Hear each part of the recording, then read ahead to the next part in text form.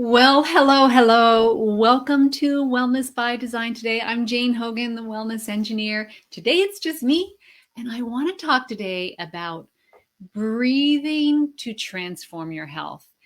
And this is just a topic I'm so passionate about, breath work, because it's such a simple and probably one of the most powerful things that you can do. And people underestimate how powerful it is. People think, how can something so simple that we're doing all the time actually change our health? But it really can. And I just hosted this summit. I interviewed about 50 experts, and it was unbelievable. Like, I knew the power of breath work, but even to hear from all these other experts who help people with other things talk about the power of the breath and how, really starting with something like breath work is probably the best thing to start with, because you're breathing anyway. You've always got it with you, and it's free. So the biggest hurdles most people have when it comes to making lifestyle changes is they don't have the time and it costs money. That's the kind of things that I hear a lot of the time.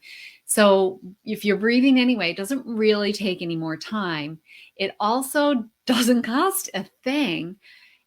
All it takes is awareness, just awareness. So what do you need to be aware of?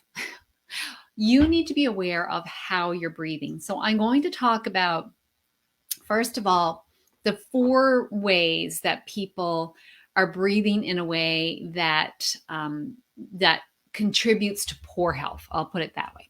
So, number one thing is breathing through their mouth rather than breathing through their nose. So, breathing through your nose that's what our nose was meant to do. It's kind of like the mouth is just like a backup, and it's available to us so that we can talk. But really, we should be breathing through our nose most of the time, because that's what our nose is designed for. When we breathe through the nose most of the time, we're much more efficient in breathing. The air gets pressurized in the right way. It also gets warmed up. It also is like the first part of the filtration system, right? So the air gets filtered as it goes through our nose. And the other thing that happens is that when we breathe through our nose, in our nasal passage, nitric oxide gets created and begins to build up, and that opens up the airways. So that helps with the efficiency, right, of breathing through the nose. So breathe through the nose. So obviously you can't breathe through the nose 100% of the time. I'm not breathing through my nose right now while I'm talking. When a lot of people or a lot of professions, we're talking a lot in our work. So, this contributes to part of the problem with not breathing through the nose. The other thing that can happen then, if we don't, it's kind of like if you don't use it, you'll lose it. The less we breathe through the nose, the smaller those nasal passages get, the harder it makes it to breathe through the nose, then the less likely we are to breathe through the nose. So you almost need to train your brain, your body, how to breathe through the nose again. So it's awareness. So notice when your mouth is open. Okay, so if you notice that your mouth is open, close your mouth, breathe through your nose. At nighttime, of course, it's a little bit hard to do because you're not aware, right? You're asleep. So how would you know if you're breathing through your mouth at night? If you sleep with someone else and they tell you that you snore, well, that's a sign that you're breathing through your mouth. Also, if you wake up with dry mouth in the morning, then that's a sign that you're breathing through your mouth. Because when we breathe through our nose, we create saliva. So that's what we do when we're relaxed, right? Our body's like, okay, create saliva, do all these bodily functions. So if you're breathing through your mouth at night, you're probably waking up with dry mouth. So that's a couple of things. So you can, I don't have my tape in front of me, but you can get like a micropore tape. I don't have it in front of me, but 3M makes a product, and you can just cut off a piece the size of a postage stamp, stick it over your lips when you go to bed at night, and that can remind your brain that it's that it needs to keep the mouth closed. And then, of course, if you're like a little bit panicky about having your mouth tape, like it doesn't have to be full on tape across there, just a little bit across the front of your lips. And that can just remind your brain. And also, if it had to come off, it could come off, right? So just a little way to remind your brain it's time for sleep, keep that mouth closed. Now, something I hear a lot from people is that they can't breathe through their nose. They're just like perpetually like stuffed up, or, just can't, they feel like they can't get a good breath through their nose. So I'll give you a little thing that you can do. So I mentioned earlier the nitric oxide. So that builds up, it opens up airways. So what we want to do, what we can do to help open that airway or unblock back there is to, I'll tell you about it, and then we'll do it together. I'll demonstrate it, and then, you can keep trying it on your own. But basically what we do is just take a normal breath in through the nose, a normal breath out. So this isn't like a big breath or anything. It's just a normal breath in through the nose, a normal breath out. And then you plug the nose, and then you hold your breath until you've got like a medium kind of desire for air. Also, while your nose is plugged, you can kind of move your head, nod it, move it back and forth, or you can do this while you're walking. And that helps. I'm not sure exactly why it helps, but it does help with this buildup of nitric oxide. And it probably just helps get it in around places where you may be having some blockage. So anytime your nose feels a bit stuffed up, you can do that. So let's do it together. Take a normal breath in through your nose. Normal breath out through your nose. Plug your nose. Nod your head. Shake it back and forth while you're plugging until you get a medium air hunger, and then let it go and breathe through your nose again. Not a big breath, but if that didn't clear it, then repeat that. You can repeat that a bunch of times, and that should help to unblock the nose. So that's the first thing, is the breathing through the nose. The other thing a lot of people aren't doing is they're doing wrong is they're breathing into the chest rather than breathing into the belly. So there's a couple reasons, like it's kind of what came first, the chicken or the egg. When we are in a stress state, we tend to breathe through our chest because that's what the body does in the stress state. It's getting ready, quick breaths, because we may need to run, right? Fight, flight. The other thing that can happen is just we get into a habit of chest breathing, and then that creates a state in the body where the body thinks it's in stress. So why would that happen at all? I mean, it could be poor posture. So if you want to breathe into the belly, it's very difficult to do if you're kind of slumped over. So poor posture can lead to chest breathing. Being in stress can lead to chest breathing. So any of these things can lead to chest breathing instead of belly breathing. So here's a little trick I like to give on how to do a belly breath. So start with an exhale. So exhale through the nose. As you exhale, pull the belly button back towards the spine. So I'm going to stand up for people that are watching just to show you. So exhale, pulling the belly back towards the spine. Now inhale, push that belly button forward. Exhale, belly button back towards the spine. Do it all through your nose if you can. Inhale, push the belly button out. Exhale, belly button back towards the spine.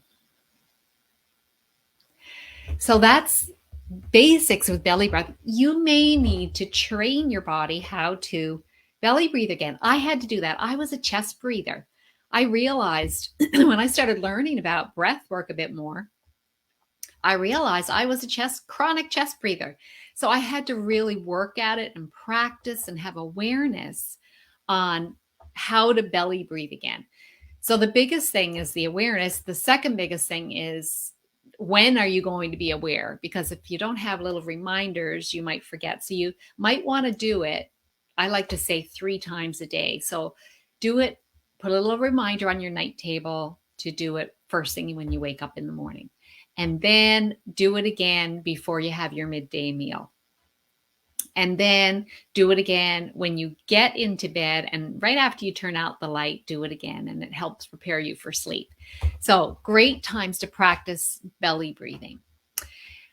Now, another thing, I don't want to overwhelm you too much, so I'll just tell you one other thing that people are doing wrong, and that's they're breathing too quickly, like it's rapid breathing, and so when you breathe into the belly, it actually will help slow you down, but you can also consciously just slow it down. So just think about breathing a little bit in through your nose, slow and long, while you're doing that belly breathing.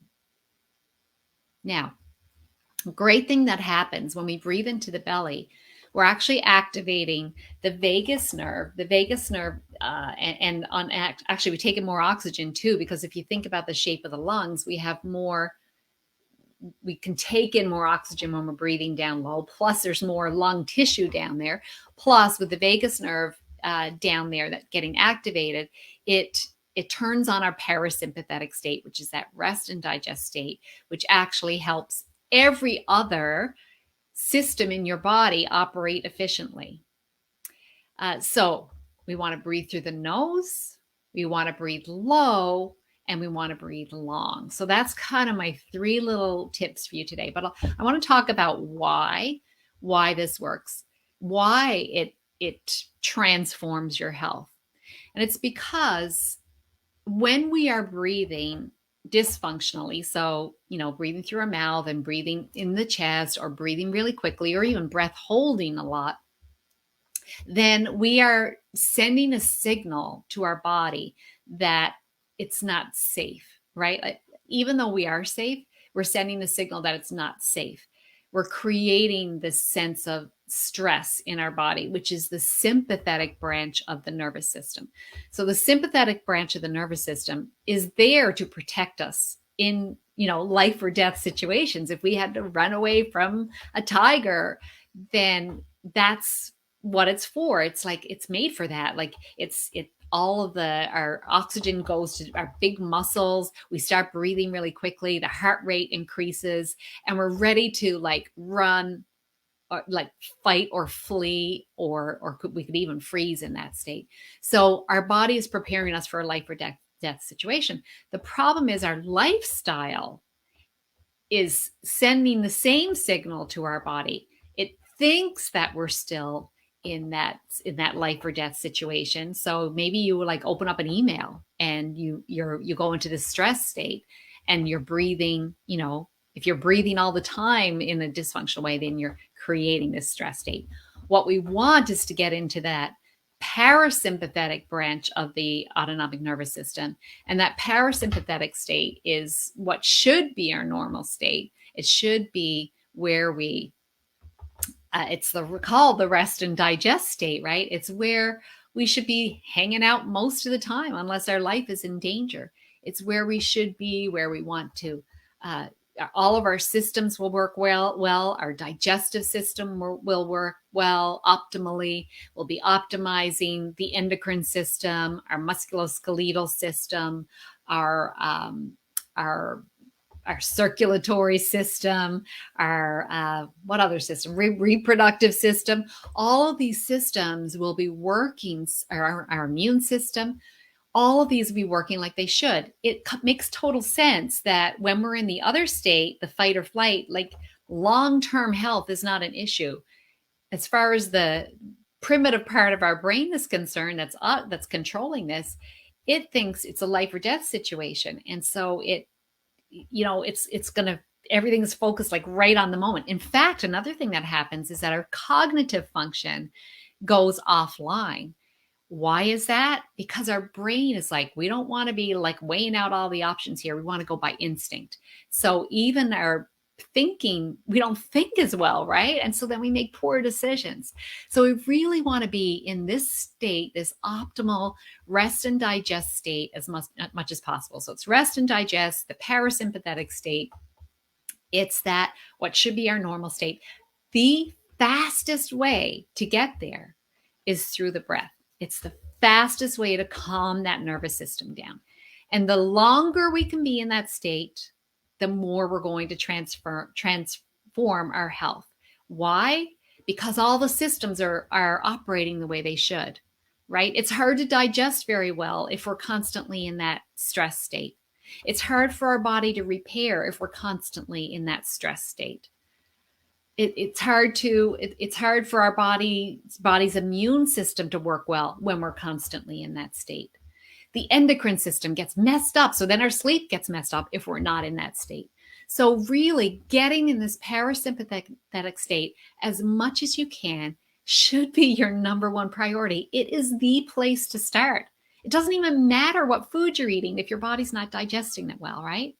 It doesn't matter what time you go to bed if you're not going to sleep well because all the hormones and so on aren't working well, neurotransmitters and so on.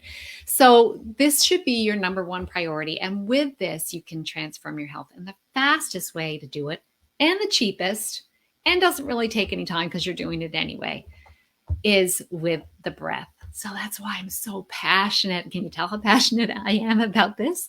I'm so passionate about it. I've got a really great tool for you. So I've taught you the belly breathing. So if you are brand new to belly breathing, then that is the place to start.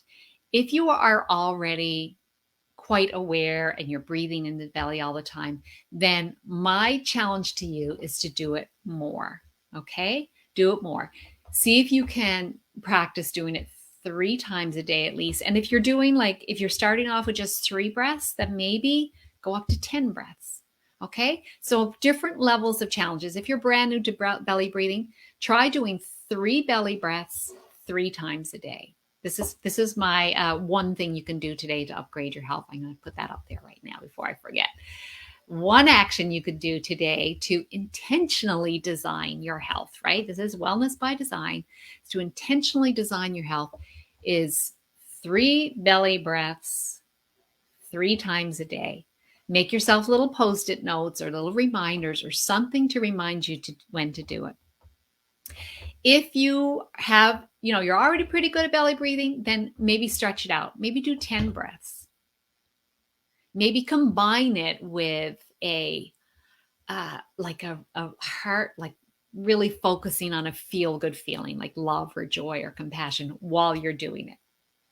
Okay, so I've given you a couple of different challenges to go with there. So the one action you could do today to design wellness is to focus on the breath and take time to slow down and do slow belly breaths through the nose, if possible, 3 times a day.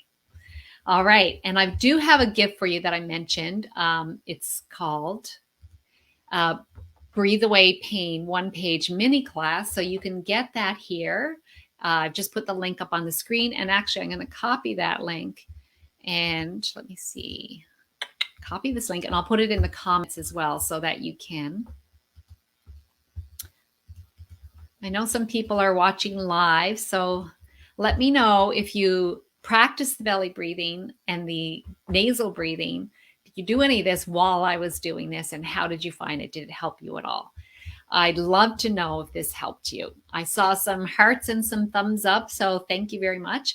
All right, so put in the comments, and I'll put it in the show notes for people that are watching this later on YouTube or listening to the podcast on your favorite podcast platform or on the web or LinkedIn, wherever it is. I'll put it in the notes there for you as well. So thank you so much for joining me today. And if you are, depending on when you're listening to this, you may want to tune in. I got an announcement tomorrow, and on my Becoming Pain-Free Summit, there's another little bonus coming up. So I'm going to tell you all about it on my Facebook page tomorrow. If you haven't already registered for the Becoming Pain-Free Summit, you can still do so. And I put the link up on the screen, and I'll also put the link for the Becoming Pain-Free Summit. Oops, I got to go get it. Here we go. Here's the link for the Becoming Pain-Free Summit. I'll put in the comments. So there you go. There's been a lot of valuable information there and tools and just so many things, great things there for helping people become pain-free. And that's mostly who I work with, and most of my audience is people that have pain, and this pain is holding them back from living their life the way they want to live it. It's also creating fear for the future. And of course, fear puts us in that sympathetic state, which then makes everything worse. And then pain gets worse. And so it turns into a big cycle. So I really want to help you become pain-free. This has been my passion now for the last number of years. That's why I left my engineering career and really wanted to dedicate my time to helping people understand how they can become empowered in their health. And it starts with the breath, my friends. Start with something easy. Take a baby step today. Hope this helps you. And thank you so much for being here today. And let me know if you enjoyed this. Leave a comment, leave a review if you're listening to the podcast. And if you know someone that needs to hear this, please share it with them. And you can actually be changing their life.